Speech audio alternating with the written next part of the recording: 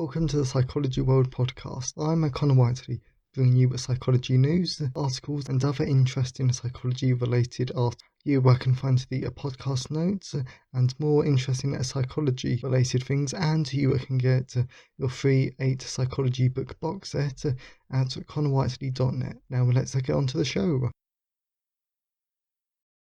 Hi everyone, and welcome to episode 161 of the Psychology World podcast with me, Connor Whiteley. And today's episode is on when is it gaslighting? And it is Friday the 15th of July 2022 as I record this.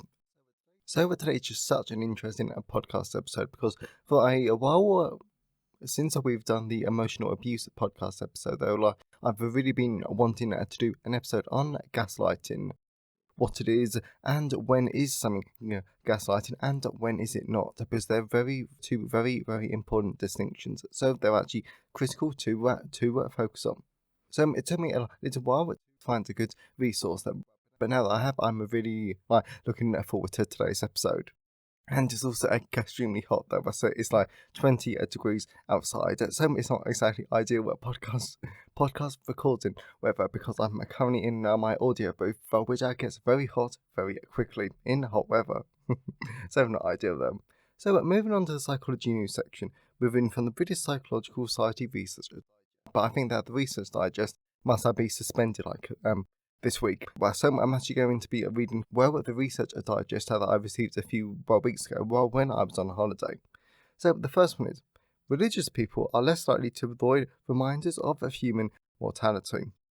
Do you know how far you'll have to walk to get from the central railway station in Wuhan, China, to the nearest cemeteries? I'll tell you, an average of just over 25 kilometers. For Berlin, the figure is less than 5. Open a quote. Chinese tourists are surprised by unexpectedly running into cemeteries when this in cities in Europe. Close a quote. So, by the authors of a new paper in Personality and Social Psychology Bulletin. Open a quote. They are curious when seeing how close to a graveyard people will live and to spend their leisure time there because these are rarely encountered in China. Close a quote. In fact, when the team plotted the mean walking distance between the central railway station and 5 nearest cemeteries in 10 European capital cities and 10 major cities in China, the difference was clear. The longest European distance was still far less than the shortest distance in China. Why might this be? Young Han Fan at Peking University and colleagues wondered if the differences in religiosity might explain it. The majority of the Chinese population has no religious affiliation. The team notes, whereas this is not the case in Europe. Perhaps then, people who believe in an afterlife are less troubled by seeing symbols of mortality, like graveyards, and this might be why they are closer to the centre of so many European cities. I think this is actually quite a fascinating article, because I know that most of Europe is some form of Christianity, so I suppose that this idea of people going to heaven, etc., might actually help them cope up with the idea of graveyards. And then I also suppose that this would help tap into the terror of the death management theory there. So, but this definitely draws on a lot of social psychology concepts. But personally, we're all going to die, memento mori, so we just need to live in all of that stuff, really. And to be honest, I don't find graveyards that off-putting.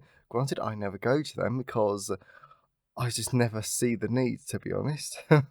So interesting. So the second one is, merely expecting to feel stressed has a negative effect on our mood. Elections have been linked to an increase in anxiety and distress and poor sleeping quality. Most of this research, however, has looked at what happens after an election result, not before. A new study asks how many people feel in the run-up to an election, and finds that simply anticipating election-related stress has a negative effect on our mood. Well, but this is a really interesting one, though. But there isn't actually too much to I say about it. So, well, about that, but because I really don't want to go into like current politics like too much. But it's interesting, and I think that if you do feel stressed about elections, to be honest, I would just say try and relax. Just try and like forget about it because this is sort of outside of your control to some extent. And as long as you've voted, then that's everything that you could do. So just make sure that you vote, is all I can say. So, well, the last one is we don't trust extroverts more than introverts. When you think about an extrovert, what personality traits come to mind? Sociability? Fun? We often make a positive judgments about extroversion, but the picture is more complex, with negative traits also projected onto extroverts. Some research suggests that extroverts are seen as poor listeners, for example. Yep, in my guest experience, they definitely tend to be. A new study published in Personality and Social Psychology Bulletin looks specifically at how much people trust those who are extroverted. The team finds that agreeableness, not extroversion, is a key to gaining trust in social situations. Well, so that's a little useful tidbit from the psychology news section. Because if you want to gain someone's trust, then maybe instead of trying to project your extroversion, maybe try and project your agreeableness. Which, off the top of my head, I'm actually not sure how you would do. But if I remember anything from the Big Five factor model, is that all of the Big Five factors are actually quite easy to project. Or to be honest, I think you can actually fake them. Yeah, but then that's why we do all of these personality tests though, just to see what someone is actually like. So I hope you enjoy the psychology news section. So let's move on to the personal update. So this week has been extremely hot, which is why I'm recording this at 9 o'clock in the morning, and it's still at 20 degrees. Because normally, what I do is I record the podcast in the afternoon, but it's scheduled to get something like 28 degrees, or basically something absolutely ridiculous. So I'm doing this in the mornings and just hoping that I'm not going to melt. Well, but in other news, I've been doing quite a lot of psychology related stuff. Recently, though, but for example, I've been working on another clinical psychology reflections book so for next year, and I'm so pleased with how that's coming along because not only does it focus on the most pressing issues and also the harsher realities of clinical psychology, yeah, and the mental health crisis amongst other stuff, but it really does help. I don't know though, add a more personal touch to it because as much as I love the podcast and the other psychology books, the only problem I say air quotes is that they're very much hard factor based. So which is great and everything, but sometimes even though I do add my own personal opinions, I do have to stop myself from going too much into it. But that's why I like doing now these clinical psychology reflections books, because then I really can just reflect on everything using my evidence informed opinions. Yes, I really am enjoying. So but that should be out next year. And I've also been doing a lot of research this week to the forensic psychology of terrorism and hostage taking, which is just such an absolute brilliant topic that is just wow. It's just so interesting though. Why? Because of course, when it comes to terrorism, we tend to think of them as crazy, tons of mental health conditions, and so much more. But actually, they actually don't have it. Because as the textbook rather harshly said, that were the amount of terrorists that actually have so-called mental illnesses, because of course I don't like that term, and neither does modern clinical psychology. It's actually so a few though, because what actually drives terrorism isn't their mental health though, it's actually tons of other factors. So I really am enjoying the research though, because I know that I said that I started it before I went on holiday, but then the week before I went on holiday, I just got slammed to the mob with so many different projects that I just had to get them done. So hopefully the research will be done end of next week, and then I'll start writing in the future. So really, really interesting stuff going on. Yeah, forensic psychology of terrorism, definitely recommend it. And as always, I always love to hear your thoughts and feelings on that on today's episode. So you can always email me, connorwiley@connorwiley.net. You can always leave a comment on the show notes at connorwiley.net/podcast. And you can always tweet me on Twitter at sci-fi wiley. I always love to hear from all of you because it really helps make the podcast feel more like a conversation. And today's episode has been sponsored by Psychology of Relationships, the social psychology of friendships, romantic relationships, pro-social behaviour, and more. So for the reason why this is a great book is a sponsor for today's episode is that because gaslighting is all about relationships. And gaslighting, that can happen in any sort of relationship, from romantic relationships to friendships and even sibling relationships, which is actually the example in today's episode. And this book helps you to understand the really interesting causes of how relationships form from the biological, cognitive, and the social psychology standpoint. But then it also goes into communication, which, come on, I think that we could all improve ourselves in. And then it also goes on to stuff like why do relationships change and end. And then it goes on to pro-social behaviour, so why do we show good behaviour towards others. So this great, really easy to understand book focuses on so many great topics in so much great depth though, so I really do recommend it. So that is Psychology of Relationships, the Social Psychology of Friendships, Romantic Relationships, Pro-Social Behaviour, and more. Available from all major ebook retailers, and you can get the paperback and the hardback version from Amazon, your local bookstore, and local library if you request it. But if you didn't want to buy a book, I'd be so wanting to give the podcast a bit of one-time support, then you can now buy me a coffee at buymeacoffee.com/Con Whiteley. So that's enough of the personal update, so let's move on to the content part of today's episode. So we're moving on to the content part of today's episode. So we're going to be talking about what is gaslighting and when is it gaslighting. So the reason why this is such an important topic to talk about is that even though gaslighting has actually become a very popular term in recent years, because it's actually gaining so much popularity, people are just using it without actually knowing what it means, though. But meaning that even though it's really popular and people keep using it, it's starting to actually lose its effect, though. So that's why we actually need to be aware of it.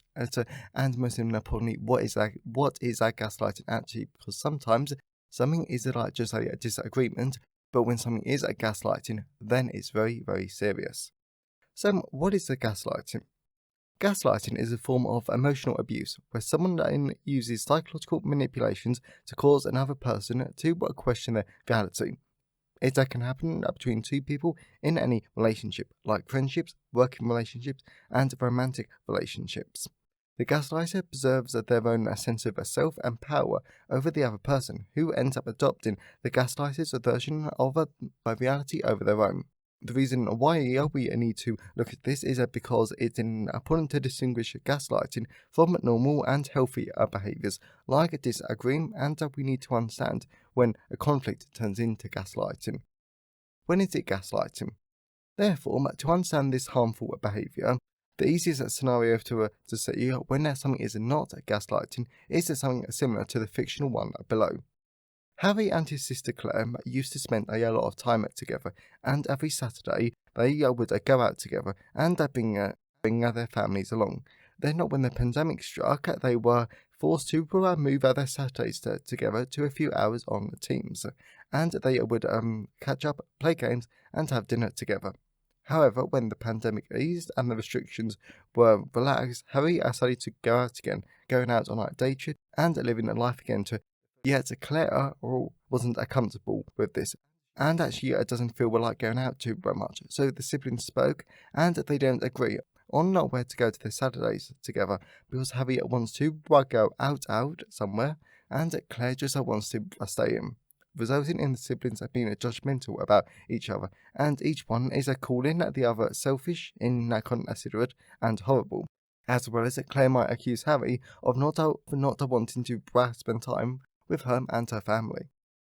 Now, this isn't gaslighting, because even though both siblings are interpreting the same facts very differently, and they want the other sibling to adopt their perspective, they aren't causing each other to question their own reality, and they aren't trying to manipulate each other.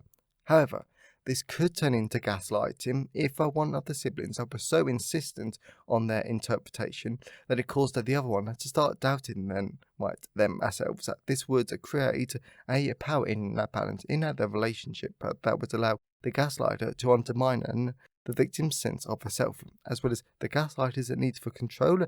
The very act of manipulating and leveraging of a power of this relationship are essential components in gaslighting. And hurt feelings and the challenging each other's point of view is not gaslighting. On a personal note, I think that it would be rather tragic if those things were gaslighting, because it means that we would never be able to question other people or challenge their views on anything.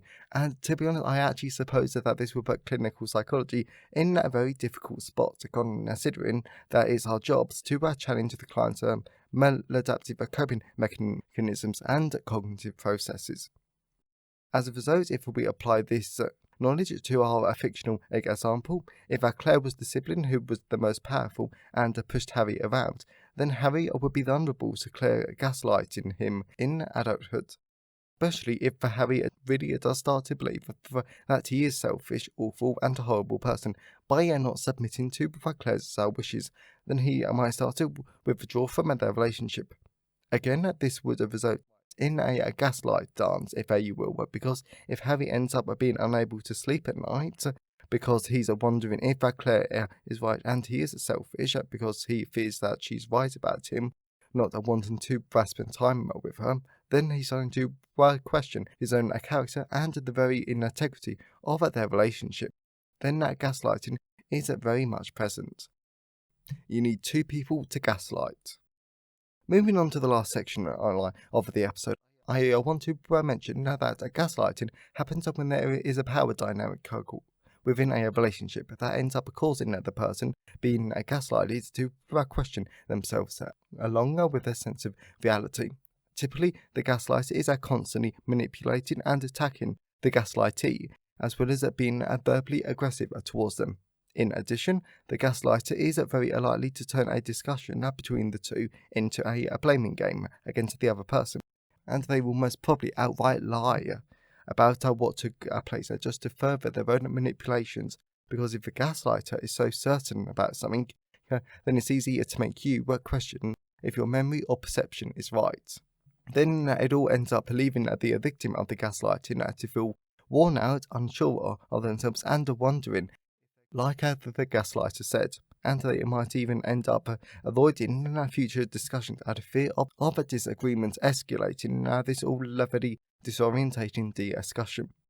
Additionally, the most concerning thing is that over time, the victim might even accept the gaslighter's views of reality as their own, and these are critical defining elements of gaslighting. However, the most critical thing to remember when it comes to gaslighting is that it only works if there are two people taking part of it, the gaslighter and the victim. In other words, gaslighting can only happen if the victim allows it to. You can keep yourself from ending up in a gaslighting relationship by being aware of the topic and the sort of language used in arguments, as well as how it makes you feel and noticing how you react to it.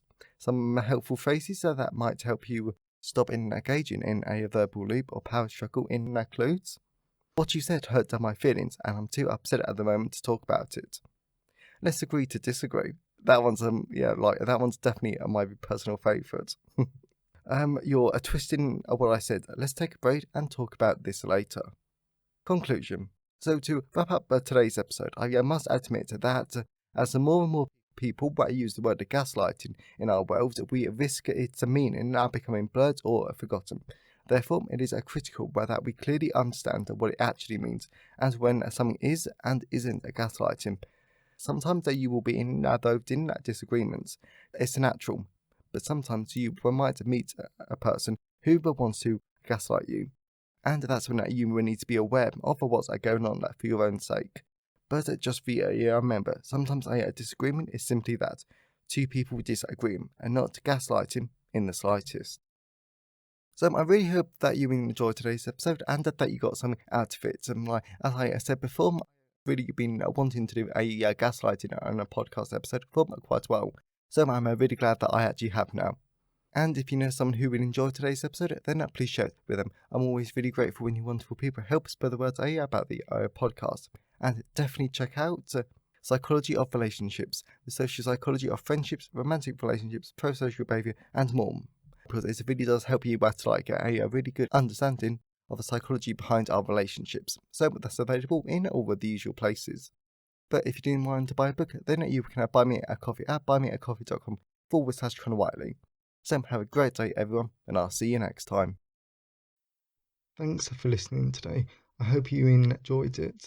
If you want to see the show notes, then please go to conorwhiteley.net. And if you want a free 8-book psychology box set, then please go to conorwhiteley.net. Have a great day, and I'll see you next time.